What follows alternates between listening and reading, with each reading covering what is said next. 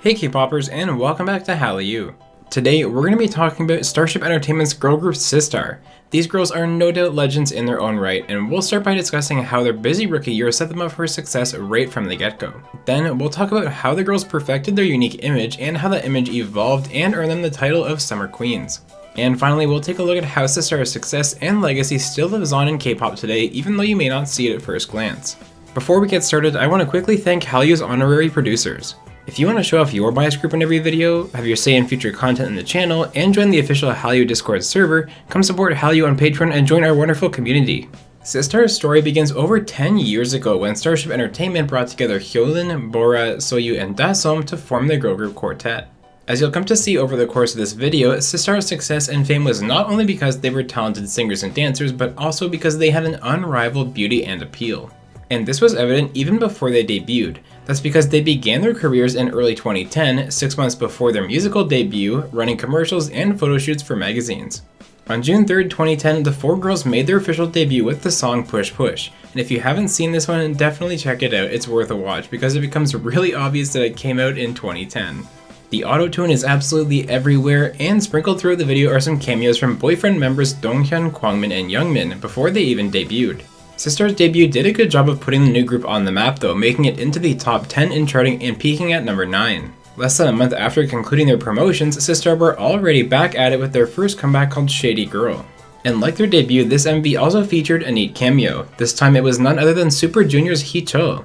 3 days later, Sistar would find themselves at the center of a whole bunch of media coverage thanks to this fan-taken video of the girls performing at the Let's Start Sharing concert. That's because while the girls were filming their performance, Bora unexpectedly fell, fracturing her thumb in the process and bringing the performance to a grinding halt. Despite that though, within a few minutes she came back out on stage, continued the performance, and the group completed the song. This footage was talked about around the world, including on RTL television in Germany and on G4's Attack of the Show. And the group's rookie year did not slow down from there. Over the next 4 months, they would perform in Japan and Thailand, release another single called How Dare You, win the Newcomer Award at the Golden Disc Awards, and on December 17, 2010, the girls claimed their first ever music show win on Music Bank for How Dare You. Unfortunately, that week was actually a holiday special on Music Bank, but nonetheless, the girls still had their moment in the spotlight.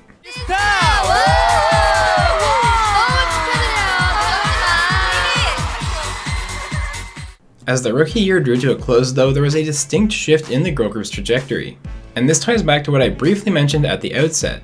These girls had a smoldering beauty that there really wasn't a parallel for in K-pop at the time, and they took full advantage of it. This started with the May 3rd debut of the subunit Sistar 19, which consisted of Hyolyn and Bora. And if you've been around the K-pop world for a while, you already know where we're headed. Sistar 19 debuted with one of the most iconic K-pop songs of all time, which is of course My Boy. And though the song was iconic, what's arguably more iconic are those body rolls.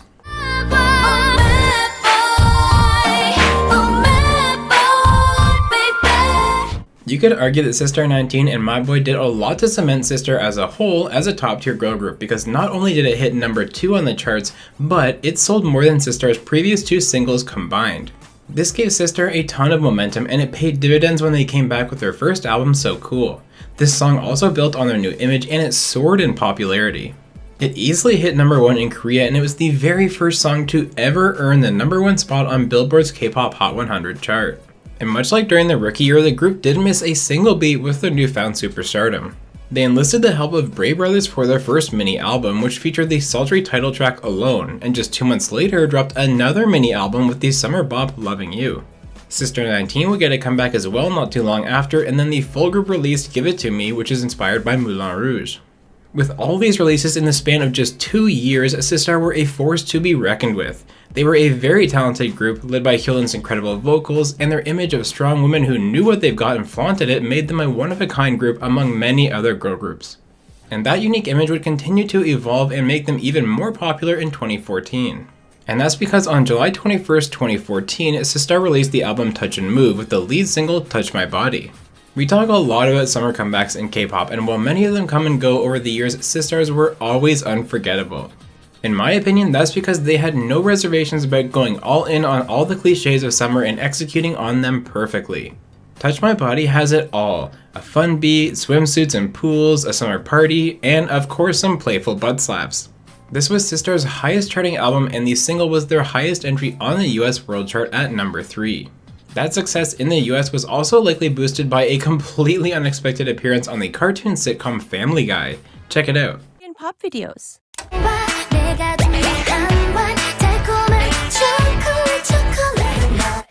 What is this, and how can I make the rest of my life about it? Don't worry, Peter, we've all had that moment too. And this was just the start of Sistar's reign as the summer queens of K-pop. The group's next EP had the title track I Swear, which as you can see was once again featuring lots of fun in the sun and by the pool. Oh, and of course it wouldn't be complete without a car wash. All of this incredible success domestically and abroad culminated with Sistar winning the 2014 MAMA for Best Female Group. And if you don't think that's impressive, listen to this short list of nominees that they beat out to get the trophy. 2NE1, Girls' Day, Girls' Generation, and A-Pink. Sistar were no joke. I think you know where we're going now, right? The girls' next mini album came along in late June of 2015 and featured yet another summer-themed and sexier than ever comeback in Shake It. Sistar performed that song along with their other classics live in LA at KCON 2015, bringing the house down with their patented mix of amazing talent and stunning beauty. In 2016, Sistar completed their arc with the song I Like That, showing they still had it in a perfectly executed, elegant, sexy comeback on what would prove to be their final album as a group. But one thing that Star Ones and K-pop fans in general were so grateful for with Sistar is how the group ended. It didn't come as a shock announcement, in fact it was the complete opposite. On May 22, 2017, Starship confirmed that Sistar's upcoming comeback would be their last and that Sistar would be disbanding after 7 years once those promotions completed. 9 days later, Sistar's final single, Lonely, was released and the girls really did right by their fans. And that's because they didn't just have a regular promotion cycle for Lonely, they turned their music show performances into a beautiful send-off to their fans. On every major music show, the girls performed not just Lonely, but Touch My Body, Shake It, Loving You, and I Swear. Their final performance would be on the June 4th episode of Inkigayo, where Twice took the win for Signal. But this would be no ordinary win. Jihyo only spent 15 seconds accepting the award for Twice before turning it over to Sistar and recognizing them on their final night of promotions. 맞아. 우리 시스타 선배님들 너무 수고 많으셨고 정말 너무 멋지셨어요. 저희도 멋지게 그렇게 시스타 선배님들처럼 되도록 열심히 노력하고. 둘, 셋. 네, 우리랑 함께 가요. 안녕. 영한. And with that, Sistar's 7-year reign as K-pop superstars came to a close. Much like their peers A-Pink, Sistar developed a distinct image over their first 2 years, and they stuck with it. The strong women who knew they were drop-dead gorgeous had hit after hit where they showed off every aspect of their talent, and every single time Sistar absolutely nailed the concept. And as 2014 came around, this image evolved along with the girls as they became the undisputed queens of summer.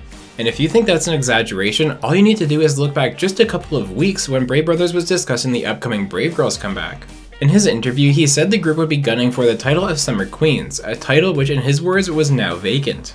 Now vacant because since late 2017, the Queens of Summer Sistar had held their last promotion.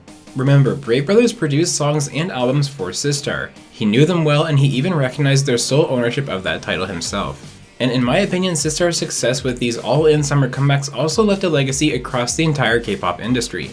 To me, it's no coincidence that Sistar's global success with Touch My Body in 2014 preceded a much busier 2015 summer season that included songs like AOA's Heart Attack, NS Yoonji's Honey Summer, Nimuse's Hurt Locker, Minx's Love Shake, and Girls' Day's Ring My Bell.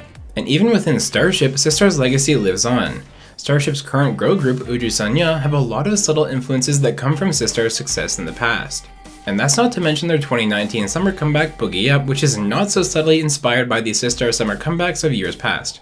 No matter how you look at it, Sistar are legends. They carved out their own special image and concepts that they were unmatched at executing in the K-pop world. Then they dominated summers year after year after year and became the undisputed queens of summer. And their legacy lives on every single year by way of the summer comeback season that we all know and love today. Alright guys, that was the story of girl group Sistar. Do you think any girl group could ever become such a unanimous pick for the title of Summer Queens? I'd love to hear your thoughts on this iconic group. And on a different note, this is the 52nd weekly deep dive on the channel, meaning Hallyu is completing its first full year as a channel. It's been such an unbelievable journey. I'm so grateful to all of you who've watched, liked, subscribed, and especially to my patrons who've helped build such a wonderful community of K-pop fans. As always, thank you so much as well for watching this deep dive, and if you enjoyed the video, be sure to like and subscribe so you don't miss out on the next tier of K-pop content that's coming your way right here at Hallyu. This has been Deep Dive number 52, Sistar.